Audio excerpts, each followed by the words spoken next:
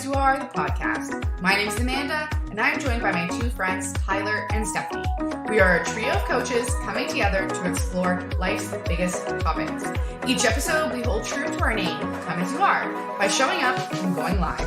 Whatever we bring to the table that week is what we talk about. No scripts, no planning, just real and raw conversations. And audience participation is always encouraged. Our mission is to create a space where vulnerability and authenticity take center stage. And we believe in the power of deep conversations and soulful connections. So, welcome to the show. We're happy that you're here, and we invite you now to just sit back, relax, and enjoy today's conversation. Hello. Hello, everybody. Hi.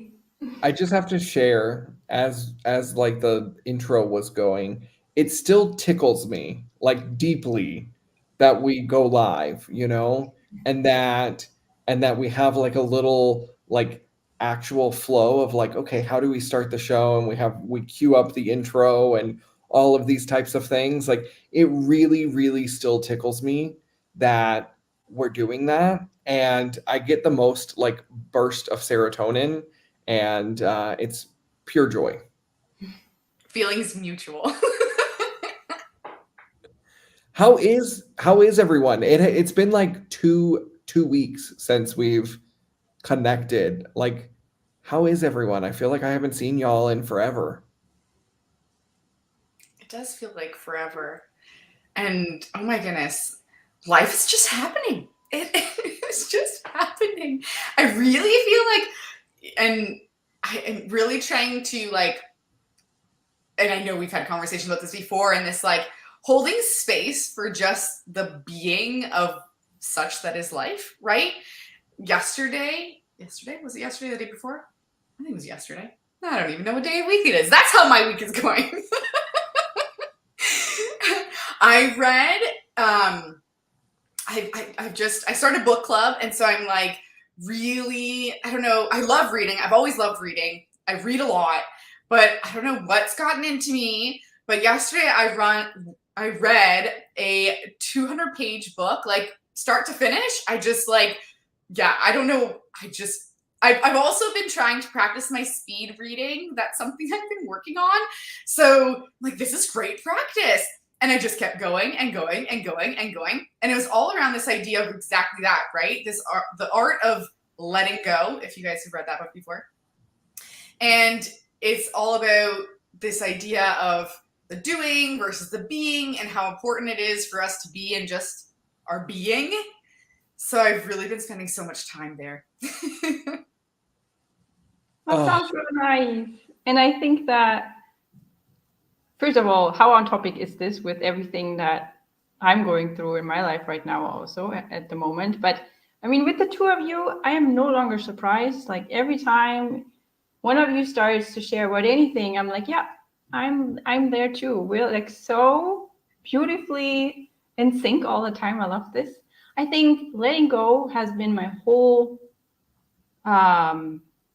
season of life right now, and really embracing the also actual season in nature of fall, because I think fall is all about letting go of everything that's not serving us. You know, summer has been busy, doing, and then you come into fall, and I feel like you're entering this very foggy space, and the fog somehow also slows you down, like physically and mentally and everything that you are. And I really enjoy this phase. I think this is the first time in my life ever that I can honestly just be and let go of so many things and not constantly stay in the doing state and not feel so guilty about it, you know, because in the past, look what I've done in the past, which I mean, now that I think about it, sounds super exhausting. What I've done is I thought, for example, okay, Saturday, you're just gonna rest so that on Sunday you can be productive again, right? So not even resting wasn't just resting, resting had also had to be productive. So I had to recharge my batteries so that I could do something again. And I think this summer, fall-ish, I could finally let go of like a big piece of that. Like I could just toss a big armor away and I've had this just, I think, 2 weeks ago, where I came back from holidays and I started to work again. But I said, you know what, Steffi, you're just gonna do nothing. Like after work, before work, you're just gonna do nothing and just be and see what happens. Because my body really craved that. And so this week after my vacation, after I came back, I felt like I had another week of holidays, even though I was working, because I really felt like, I could just be with myself and I can just tap into what I really desired and what I called in. And that was just sitting on the couch or, taking my dog for a walk, really just doing the bare essentials, but nothing else. And I actually have this book on my list, but I'm just gonna see when it calls me, because right now it really is all about being and not like, oh yeah, I should read this book and read all about how I can just be. No, I can just be and and see what unfolds with that. Yeah. Oh, Amarin, I love this conversation. Like it has been I'm in a space where I am doing a lot, but the doing is aligned with being. So Mm. it's naturally everything that I am and everything that just makes up Tyler. And so the doing to me feels very effortless now versus in the past, it was also forced. It was like, oh, I have to get up and I have to do this and I have to. And I've been going through this cycle of like intentional doing so that it aligns with my being, because that's really, like, I've talked about this I think before, that's a real big part of my brand, is like how do we balance the masculine side of doing with the feminine side of being, to find that harmony, to find that bliss, you know and it's so it like, y'all, we're like in our 30s, and I have to stop and just appreciate the fact that in our 30s, we are tackling these conversations about, like, you know, being and bliss and harmony and things like that. Because most of the time, like, people think like in your 30s, you're supposed to like hustle hard and work your ass off and, all of these types of things. And like we're in a way like revolutionizing the way we think about and we show up in life, and that's really big, because there's a movement now, I believe, of people who are really starting to wake up and go, you know what, I don't have to do all the time, and it's okay that if after work I collapse on the couch and just like sink into a show and like binge watch something. I think there's really a beauty in like binge watching, where old Tyler would have looked at like binge watching as like, oh, you're not being productive. You're not in that space of doing. And it's like, no, binging it now, like, because I'm watching How to Get Away with Murder right now on Netflix. And it's like it's such a outlet of just like escapism after a day of intentional doing and being. And like, I don't know, I just think it's wonderful that here we are in our 30s, like having this conversation, because I know the past generation was so focused on getting stuff done and being productive and like making the money and da, da, da, da, da.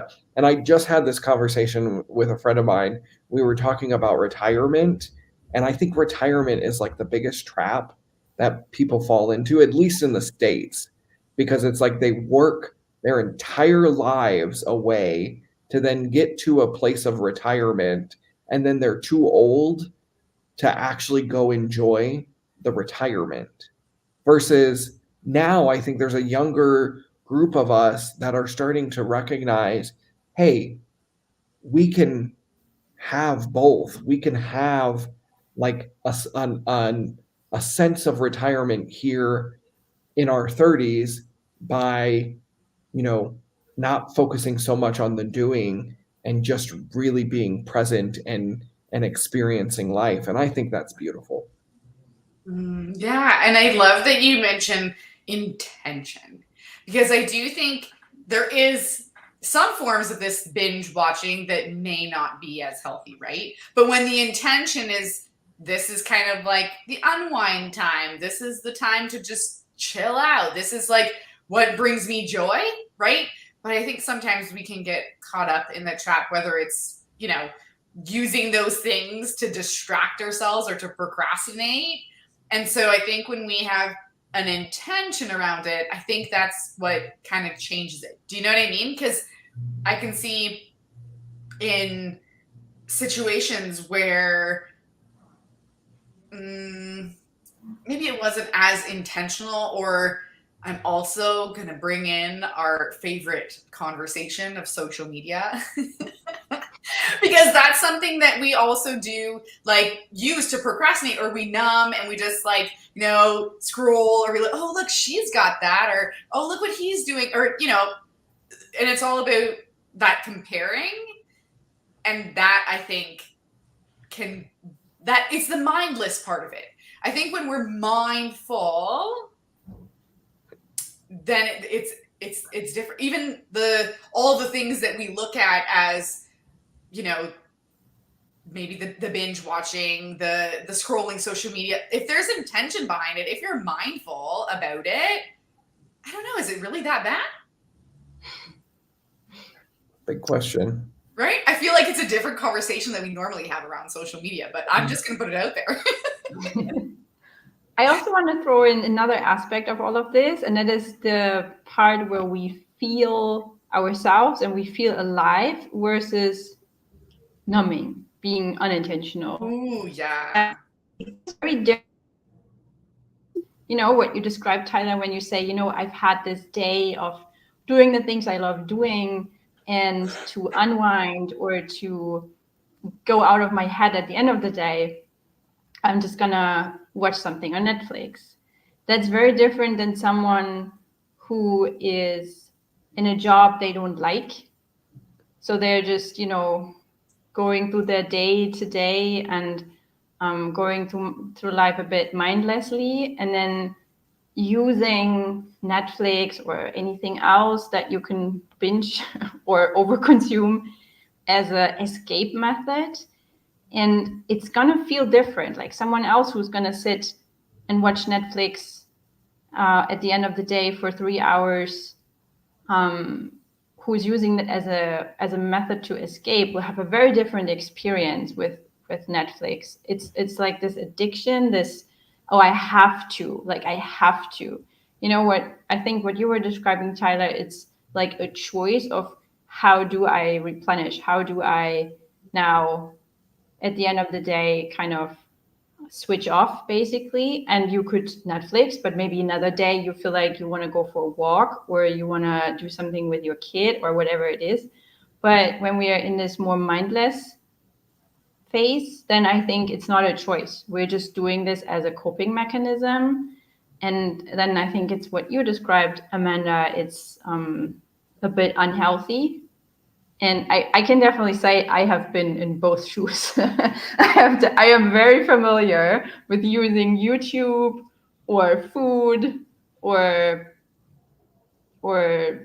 social media, actually not so much, but yeah, definitely like food and Netflix or any kind of online portal as a way to numb, as a way to escape the unpleasant reality, this like day to day that feels very dreadful. And I think, coming back to this whole thing we touched on with retirement, I can really see that people who live lives where they're having unfulfilled jobs, where they have jobs that they don't really like, it's really just trying to make it through the day, and then you have your coping mechanism, and then you do the same thing again and again, and then the weekend, before you even get a chance to really recover, Monday is already there. You don't have enough time. So you're just waiting for retirement where you can finally enjoy life, because then the sucky job is gone, right? And I think we are definitely, I agree with you, Tyler, that we're having this more mindful movement right now where people are intentional about, okay, what does make me happy? What is my purpose in life? Like, how do I want to serve society? Um, how can I find a job that really makes me happy, where it's not this day to day where at the end of the day you're going home and you feel like, oh my gosh, this was so dreadful and I don't like it, where I don't like my colleagues or whatever. And it is more something that fills your heart up, fills you up, fills your cup up. And then yes, you still need to replenish. You still need to go home and have something to take the edge off. But it's a, like I said, it's a different kind of having to recover. It's not so, your cup's not full sorry, your cup is not empty at the end of the day. It's still somehow, there's still something in there because you were living from your purpose and your what's on your heart. And this alignment, I think, is so important. And I think we do have this movement where we are starting to focus on this more and more, where people are more curious, of making the effort also to find their purpose. I think that's a huge milestone on that way to even understand who you are, what you love to do, and find a job that makes you happy. And sometimes you have to try, sometimes you have to do more digging within yourself. I think there's a very individual process for each and every soul on this planet to find the find a job or find something that makes them happy that they can do.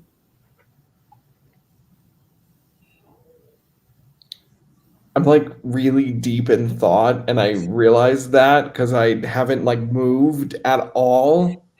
I was like a stone statue. I was like my face looked blank. I looked like I like wasn't.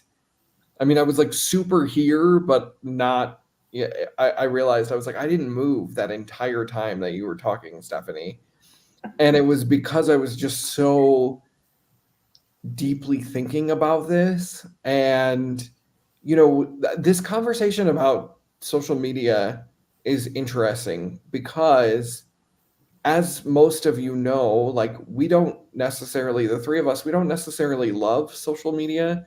We have kind of like this love hate relationship with it, and I think most people fall into that space of like it's a love hate relationship that they have with social media. But I do think that there is a potential to make the space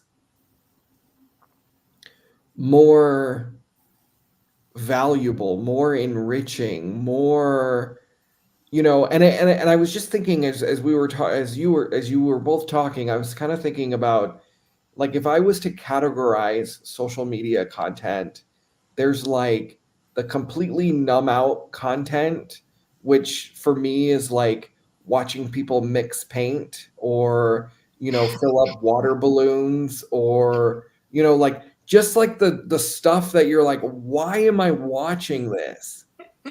Why do I, like, I swear half of my feed is people mixing paint or like crocheting or something like that. Like it's like there's nothing valuable about this content other than the fact that it is somewhat stimulating and it like captures my attention, and it's like ASMR because they like and so like it's soothing.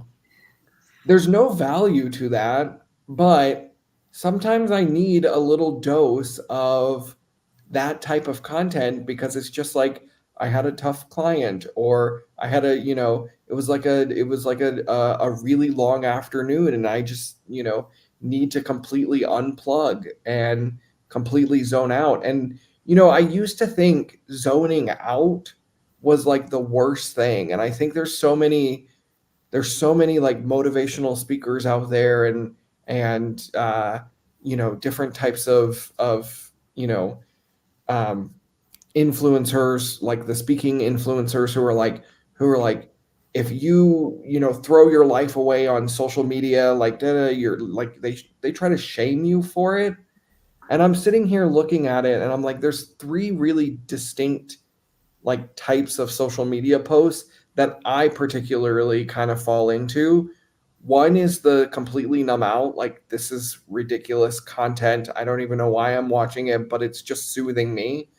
I think area number two is the educational content.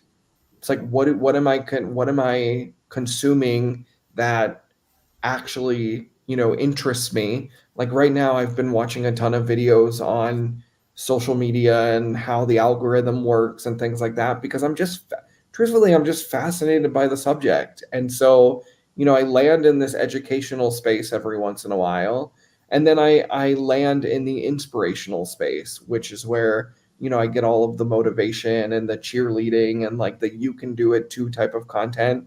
And that's really, like, for me, my three categories of social media. And as we're having this conversation, I'm recognizing they all matter.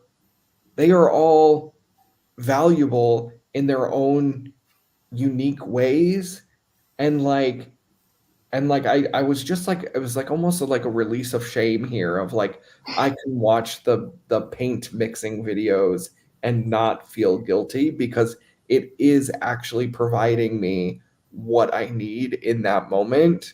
Um, as long as I don't, you know, get too sucked into it. And I think that comes back to the mindful word that Amanda shared earlier. But that was my take. I was like, this is fascinating. Yeah, 3 hours later, we're still watching the pink videos. Yep. Yep. And it happens, right? Like, I think I love this idea of releasing the shame around it and letting go of that judgment. And this isn't just for social media. I think this is a like much broader conversation when we take it to this idea of letting go of that judgment of ourselves, letting go of the shame, letting go of that, whether it's we're shaming ourselves or judging ourselves or we're judging others, right? Because that can be really damaging too when we're judging others or judging groups of people or we're judging ourselves for judging. Oh my goodness. I find myself doing that sometimes. Like, I'm judging myself for judging. I'm like, wait a minute, that makes no sense. What am I doing? So I think if there was one word, I think it's the mindfulness. I really do think that in anything, and I know I actually just had a conversation about this today, and it was funny because it was with another group of coaches, and they're all like, you know, this mindfulness thing, like, it's becoming an overused word. It's such an over talked about topic. Like, it's kind of lived its, you know, let's move on and talk about something else. And I was kind of like, well, hold on a minute. Because I think that maybe for us in our world, right, as you're diving down into this like hole of algorithms, Tyler, I'm sure you can speak to this, right? That like our feeds are curated to the things that we're talking about, the things that we're looking at, the conversations that we're having, the, you know, sneaky little Facebook and Instagram who are listening to us as we speak and, you know, giving us the what it thinks that we want to hear, what we want to see. And so in this group of coaches, we kind of took a step back and thought about that, because if we really looked at, like, let's actually, you know, really take that step back and look at this on a global scale and ask the question, if really, right, our assumption, we were saying, oh, the whole world knows about mindfulness, it's overused. If that was truth, then wouldn't the whole world be mindful? Like, wouldn't everyone in the world just be really mindful?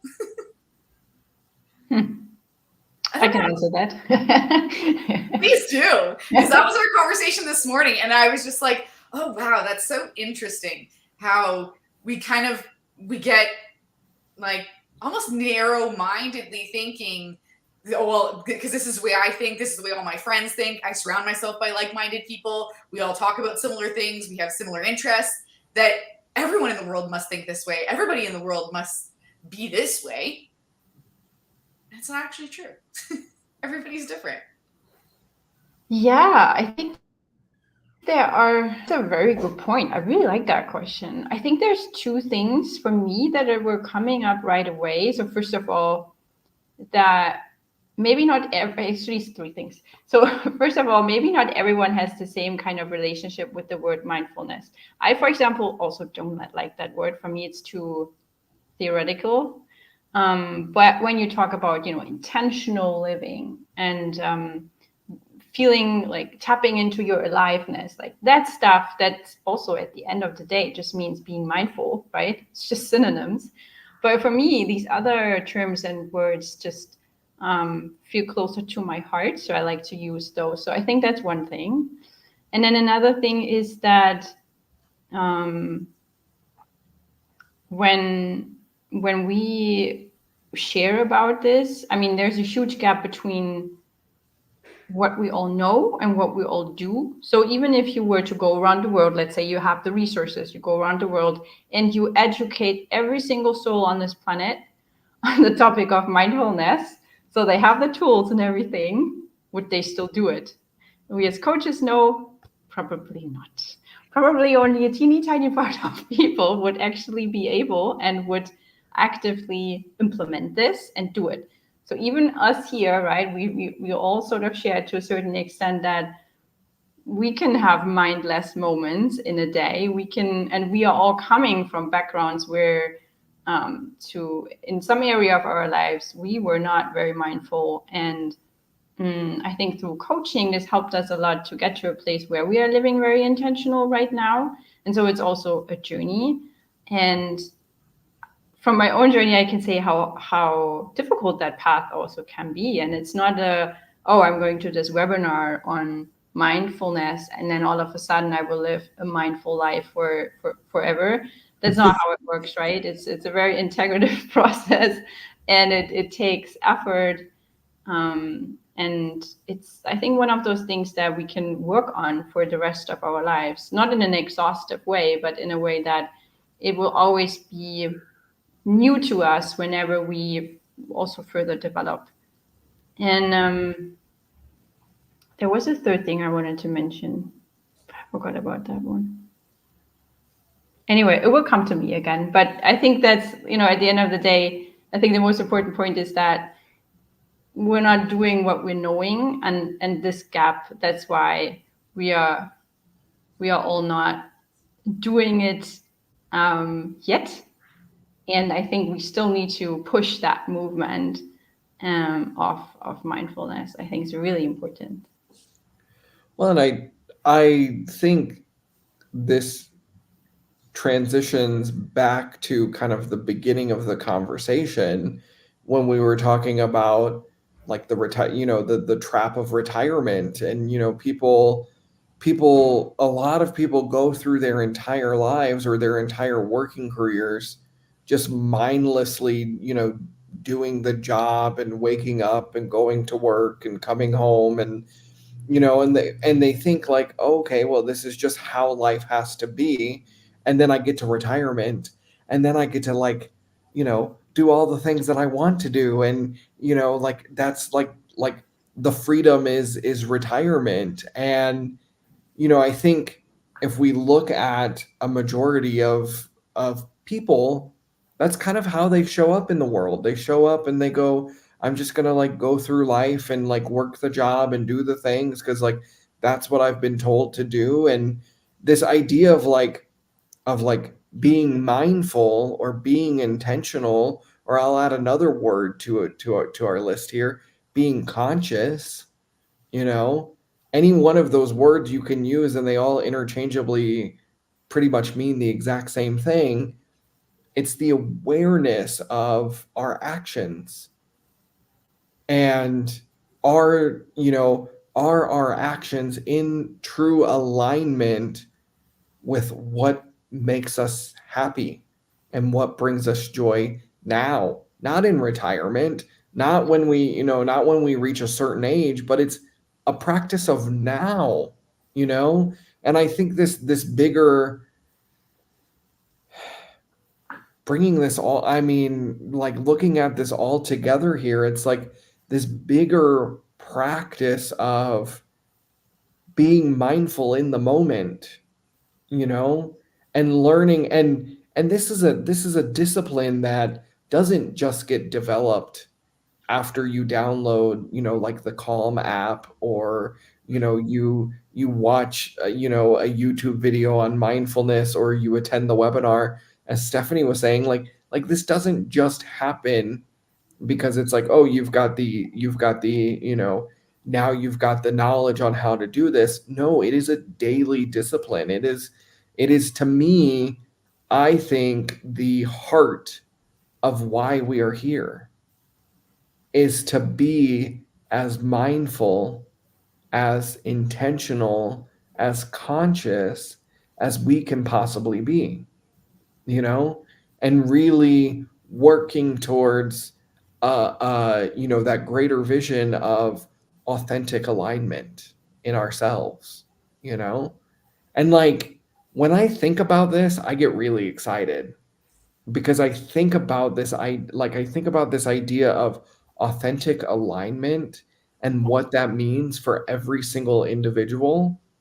And to me, if we were all authentically aligned with the things that brought us joy and the things that brought us, happiness, and the things that brought us peace, I believe we could achieve world peace that way.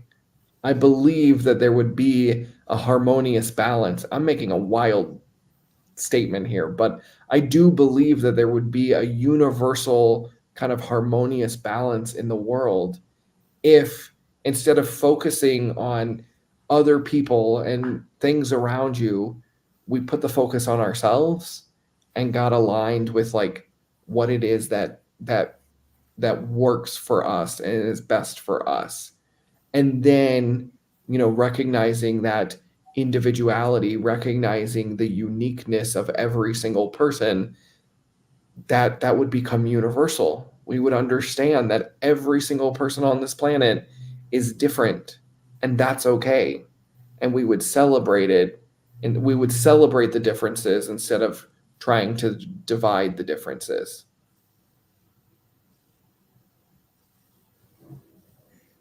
What a beautiful vision. I love this idea, Tyler. Please, let's make this happen. Well, this is what we're here for, I think, as coaches, though, right? Like, it doesn't matter what you do, how you work with your clients. I think the bottom line for most coaches is what we're looking for our clients to achieve is this authentic alignment that you talk about in whatever ways, right? That the journey looks for each client, but that's the goal. I think that's the end goal for every coach, is to have that though it might sound different in different words, but I think if you really distilled that down to, okay, but what is the essence of coaching? I really feel that this authentic alignment is truly what it is. And I see your vision. I do see this vision. So I love your wild statement. I'll like jump on that bandwagon with you. And the word that I keep hearing as we're having this conversation is presence. Because when I don't know, when we look at all of like these ideas, like the mindfulness, the intentionality, the going back to, the being, it's really this presence that we have, and being in that present moment, like truly being alive to that exact moment, like this moment right here, right now. Because it's never going to exist again. And that's a wild thought. Right? It truly isn't. Like the past, 34 minutes and 39 seconds that we've been in this conversation.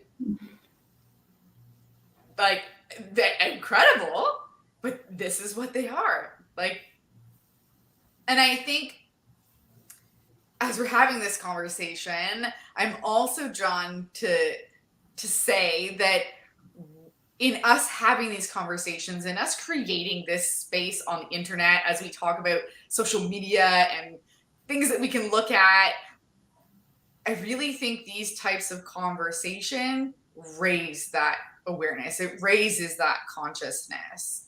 Because there are levels, right? There are different levels of consciousness. And when we have these deep conversations, which blow my mind every single time how we get to like I think I looked at the time in the meeting. We were at like, I don't know, 15 minutes or so, and I'm like, oh, here we go again. We're already doing it. Like, I don't know how we do this, but this is just what we do. I think I've been thinking about that. I'll let you finish, but I just had a thought on that. I think it's the universal synergy. I think we get to this space so naturally because this is where we're supposed to be all the time. You know? And I firmly believe that all three of us are like channels to that. And so it's very synchronous. uh I'm blanking on the word. Synchronized. Synchronized, yes, thank you. I was going to try to say it another way, but I couldn't come out.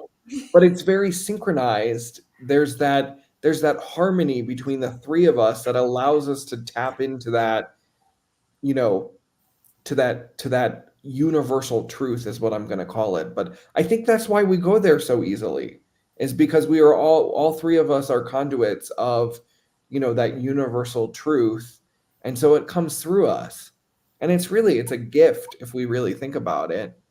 That was my 2 cents. Thank you. Oh, I love that. I love us. I love us. I just think it really is amazing. It really is amazing, even to look at how we even got to this point too, right? As Tyler was just sharing, I was thinking about exactly that. I was thinking, gee, you didn't go through your life the way you did. Mm-hmm. I mean, there's so many ways to look at it, but let's look at this like less energy way of like, if I hadn't done this, if I wouldn't have experienced this, then I never would have gone through that hardship and this and this and this. And then I would have never had the experiences that I needed to become a coach. Because no one becomes a coach because their life is so peachy. I mean, no one's life really is peachy, right? Like, no one has this picture perfect childhood and grows up and never has hardship. It doesn't exist. Everyone has hardship, and only because we're experiencing that, we can experience the opposite. And I also, talking about views and how the universe works, I also really truly believe that we are here in this human container, each and every one of us, so that we can experience the emotions we have every day, so that we can experience sadness. And because of that, we can also experience joy. And, we can't have one without the other. And I think, we as coaches, we just feel like we've been through enough, and we don't want other people to experience that, right? I feel like this is such a big part of what catalyzes us, that we say, you know what, I've struggled with my body image. I struggled as a teenager. I'm struggling to open my own business, and I just know how much that sucks. And somehow that is our never-ending well, our never-ending source of energy to move forward and say, you know what, other people should not suffer as much. Other people, I want them to not fall as deeply into the hole that I have fallen into, or ideally not have them experience this at all, right? Like, give them a bridge so they have it a bit easier. They can go to their goals a bit faster or with more ease. And we wouldn't be here to if I bridge that and I think about all the things I've experienced, all the hardships, and I wouldn't want to change anything. Like, thinking about, oh my gosh, what if you didn't end up getting your coaching certifications, and I wouldn't have met the two of you in that way, and this space here would not exist. For this space here, I'm thinking, no. I mean, for other things too, but for this space here, I feel like it's one of those things that are on my list of like, yeah, you would never want to go back. It sucked what I experienced, yes, of course. And at the same time, I wouldn't want to change it because I'm really aligned and I'm really proud of where I am today. And I think that's such a fundamental transformation that I hope every person goes through in their life, that they can at one point see that the hardship they once had is, turning pain into PowerPoint, that they can one day look back and say, oh, this really, really sucked, but I'm also like, I see the gift. I think Tyler, you mentioned this before, seeing the gift in the hardship and how this eventually becomes the cape, that we put on ourselves eventually. And again, like we wouldn't be able, and this is where I'm having goosebumps now also, and I'm like, keep breathing. We wouldn't be able to sit here and experience the amount of joy and togetherness and synergy that we are experiencing here right now if it wasn't also for the depths of the hardship that we have experienced. You can only, I don't know, there's all these sayings, you can only love someone else as much as you love yourself, right? And if you never experienced not loving yourself, you don't know how it feels. You couldn't experience loving yourself. So you need both ends of that. And yeah, I've definitely creeped myself out in the past over thinking about this and how this works. And this is essentially the whole base of the universe. And at the end of the day, I'm just so grateful. So this was a very long way of saying I really, really love this space here too. You guys, this is so special. And I think for me, what sums that up is, as you say, these sayings, it's this idea that life is happening for us, not to us, I think that one always really hits me right in the heart. Mm-hmm. It takes a minute to turn it around, right? I used to think, oh, life happens to me, until someone came across and said, hey, what if life happened for you? Was one of those, I remember it was one of those like jaw dropping to the floor kind of moments for me. Tyler's got all the feels going on over there. I'm like waiting for you to crack. I'm like, well, I just actually, a tear just fell. And I don't know, I get really emotional talking about this stuff because, I think about the journey, and Stephanie was talking about, like, as coaches, we're motivated to do this work because of our journeys and because of, the things that happen to us. And like, I just feel so grateful that I have had the opportunity to experience this type of work and this type of love. And I mean, this is coming from the boy who hated himself for so many years, and the boy who didn't think he was special, who didn't think, he was good enough, talented enough, creative enough, whatever, to like make an impact. And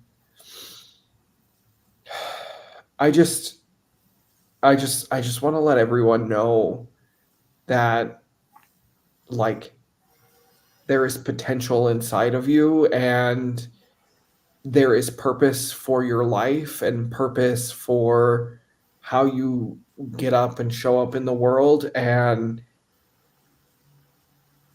you know, when you find it, when you latch onto it, you become like Superman, Superwoman. Like there's an energy of confidence that flows through my veins now that like I didn't have, you know, 6 years ago before this journey even started. I was developing it, but it wasn't there. And I'm just so grateful that we do have this space to come to, that we do have a platform to share our voices. And I don't know, I just love the two of you so much. And I love the space that we've created. And I hope other people love it just as much as we do. That's it. We're having one of our like gushy, just spreading It's- the love, it's like like- feeling the love energy just oozing from us right now. I mean, like that's where I'm sitting. Me too. It's just like you know, like we have revolutionized virtual hugs. Like we have made ourselves somehow travel through the screen as much as somehow possible. I feel all the love between all the three spaces that we are at, and this huge triangle of energy synergy that the three of us are creating every time we are together again and again. And even if we're not sharing the mushy sweet stuff like we are today, it's always there. There's always this synergy, this like huge lit up space that we keep growing and we keep feeding.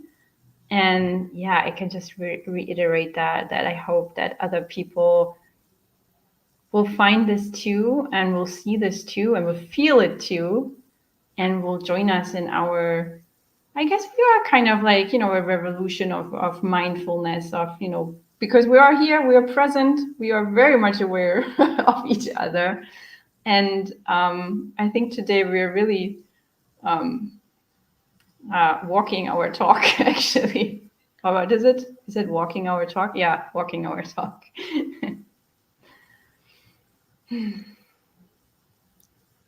I don't have anything else to say today. Well, I hope everyone walks away from this conversation. I know I am super inspired and really feeling that warm hug, you know, that we're sending out there to everyone.